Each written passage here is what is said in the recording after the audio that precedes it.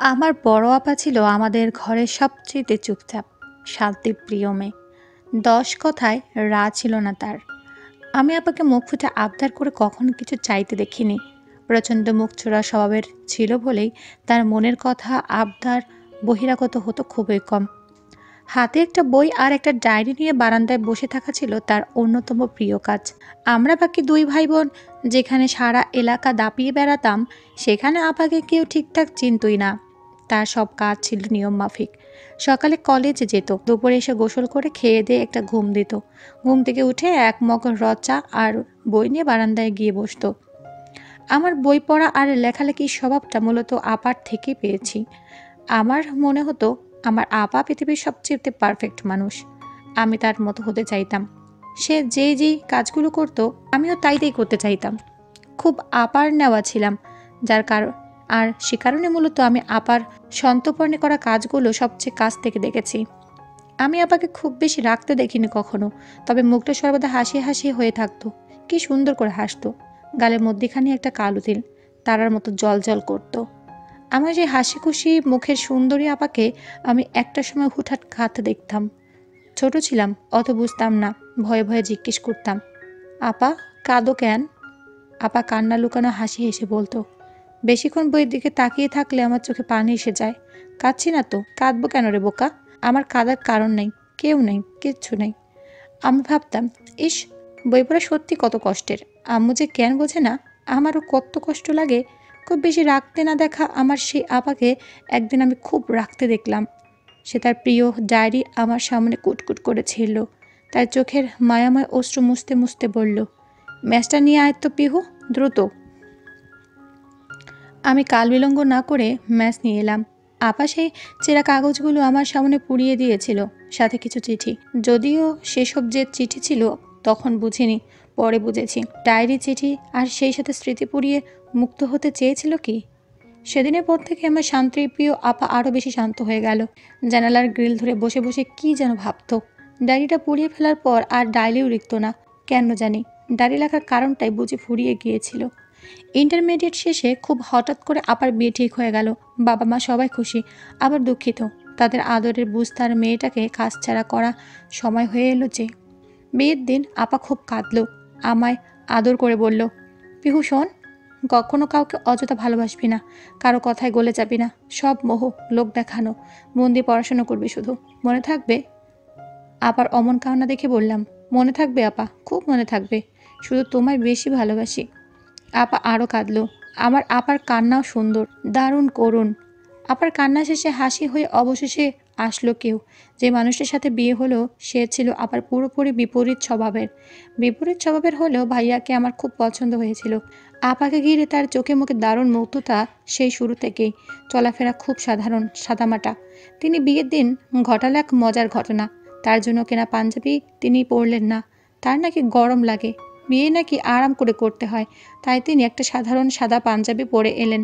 সাদা শুদ্ধতার প্রতীক। শুদ্ধতম কাজ নাকি শুদ্ধতার সহিত করতে হয়। ওনার আত্মীয় স্বজনেরা লজ্জা লজ্জা হয়ে বলতে লাগলেন, দেখুন তো কি একটা অবস্থা, এই ছেলেকে নিয়ে যে কি করি। ভাইয়া বললেন, আমার নিয়ে কিচ্ছু করা লাগবে না, আমার বউকেও রিল্যাক্স করে দাও। ওকেও বস্তা টস্তা পরাবা না খবরদার। ছোট্ট মেয়েটা গরমে সিদ্ধ টিদ্ধ হয়ে গেলে সর্বনাশ। সবাই তো সেখানে হেসে খুন। তবে আমার আম্মু আব্বু মনে মনে মহা খুশি মেয়ের প্রতি জামাইয়ের এমন কেয়ারনেস দেখে। তাদের মুখচোরা মেয়ের জন্য তো তারা এমন জামাই চায়। আপার মনে এমনিতেই দুঃখ, তার উপর আবার হতে যাওয়া জামাইটা এমন সব কাজকারবার করছে। সে মুখ বাঁকিয়ে বলে, বেশরম ছেলে মানুষ। কিন্তু এই ছেলেকে কাবু না হয়ে উপায় কি আপারও ছিল? এমন নির্মল স্বচ্ছ যার প্রেম।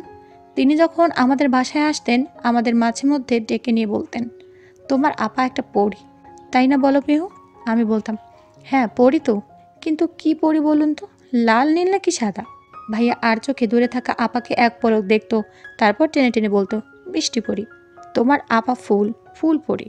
আমি তখন মেট্রিক দিব বলে রাত দিন পড়ি, নিজের বই সাথে আপার পুরনো বই। পুরনো বইগুলো অনেক হেল্পফুল। এমনি একদিন একটা বইয়ে আমি এক বিস্ময়কর চিঠি পেয়েছিলাম। জেনেছিলাম আপা কাউকে সন্তর্পণে মন দিয়েছিল। তার মিটমিট হাসি আর কান্নার আড়াল লুকায়িত এক হারিয়ে যাওয়া ছেলে মানুষ ছিল। ছোট্টবেলা দেখা আমার সেই রাগ আর কান্নার অর্থ আমি সেদিন খুঁজে পেয়েছিলাম। কিন্তু আমার কেন যেন মনে হলো আপার সবখানি ভালোবাসা তার বড়টাই ডিজার্ভ করে। কেমন আলতো করে কোমল করে ছোঁয়া মাখানো ভালোবাসা ওর বড়টার। অন্য কারো প্রতি একটুখানি টান থাকা সেখানেও নিষেধ। আবার আজও মনে আছে তাকে? আমার খুব জানতে ইচ্ছে হলো। আপা একদিন বাসায় এলো, সাথে এলো তার বরটাও। আপাকে ছাড়া তিনি একা থাকতে পারেন না, ওনার নাকি যন্ত্রণা লাগে, একলা একলা লাগে। বাসায় এসে আমায় দেখেই বলে উঠলেন, পিহুরানি, শুনলাম তুমি রাত দিন পড়ছো। অত পড়বে না বুঝলে, বেশি পড়ুয়া মেয়েগুলো রাগী হয় তোমার আপার মতো। তারপর নিরীহ মানুষদের উপর অকারণ অযথায় বকাঝকা করে। শেষের কথাগুলো বললেন গলার স্বর একদম নিচে নামিয়ে, যেন আপা শুনতে না পান। আমি হাসলাম। ভাইয়া বললেন, তোমার আপা এত পড়ে পড়ে আমায় পাগল করে দিল।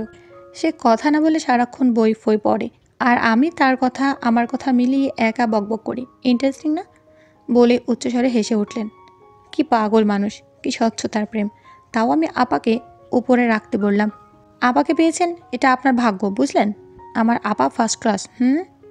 ভাইয়ের মুখটা কি সুন্দর তৃপ্তিময় হয়ে উঠল। আপার রুমের দিকে একবার চেয়ে বলল, হ্যাঁ সত্য, I am the luckiest man. জগতে এত সুন্দর ফুলপরিটা আমার। ভীষণ লাকি না হলে কেউ পায় বলো? আমি ভাবলাম, এই মানুষটা আপা যতটা মুগ্ধ, আপা ততটা মুগ্ধ তো, যেমনটা ছিল তার কিশোরী প্রেমে। রাতে সেদিন আপা হন্তদন্ত হয়ে আমার সাথে শুতে এলো। নিশ্চিত ঝগড়া টগড়া করেছে। আমার শান্তিপ্রিয় আপাটা এমন ঝগড়াটা হয়ে উঠলো কবে কে জানে। আমি অবাক হয়ে বললাম, এত ভালো বরটা রেখে চলে এলি? তুমি কত নিষ্ঠুর হয়ে যাচ্ছ আপা। আপা মিটিমিটি হাসলো, বালিশ গোছাতে গোছাতে বলল, ভালো না চাই, ফাজেল একটা। এত বড় হলো তাও আমায় রাগায়। তুই ঘুমা, বেটাকে একটা পানিশমেন্ট দেই। আমি আশ্চর্য হই। আপার চোখে মায়া, কথার মায়া, তাও ভাবখানা এমন যেন একটু কেয়ার করে না কিচ্ছু।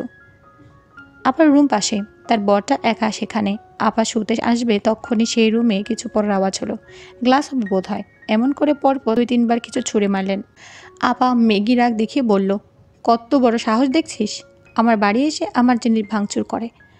আমার খিলখিলি হাসি পায়। হাসি আটকে বলি, তোমরা দুজন পাগল। যাও তো আপা, বেচারা তোমায় 2 মিনিট না দেখলে পাগল হয়ে যায়। তার একটু ঘুমাইতে দাও, সাথে আমারেও প্লিজ যাও। আপা যাওয়ার জন্য প্রস্তুত, তাও ভাব দেখাতে হম্বিদম্বি করলো। কঠিন শাস্তি দেওয়ার মতো ভাব নিতে নিতে যেতে লাগলো। আপা দরজার কাছে যেতেই আমি আচমকে বলে ফেললাম, মানুষ যে হারায় আল্লাহ চান তো তার থেকে দ্বিগুণ কিছু পায়, বরং আরও উত্তম রূপে ফেরত পায়। তোমার বরটাকে তুমি তার মতো করে ভালোবাসো তো আপা। আপা হঠাৎ আনমনা হয়। সেই কিশোরী আপা যেমন করে চাইতো তেমন করে চায়। খুব শীতল হয়ে বলে, না বেশি উপায় কই, আল্লাহ আমায় এমন ভালো মানুষ দিল, ভালো না বেশি পারি। সে কাছে থাকলে আমার দুনিয়া শান্তিময়। মিনিটে মিনিটে রাগায় খেপায়, পেছনে লেগে থাকে সর্বদা। তাও দুঃখ টের পাইনি এই এতগুলো বছরে। আমায় ছাড়া সে কিচ্ছু বোঝে না। তারে আমি কতখানি ভালোবাসি জানি না, কিন্তু তার মতো ভালো বোধ হয় এই জন্মে কাউরে বাসি নাই, বাসার বোধ হয় সুযোগই পাই নাই। হঠাৎ এসে আমার মন, আমার সব ভালোবাসা নিজের দখলে কেমন করে যেন নিয়ে নিল। কি আশ্চর্য!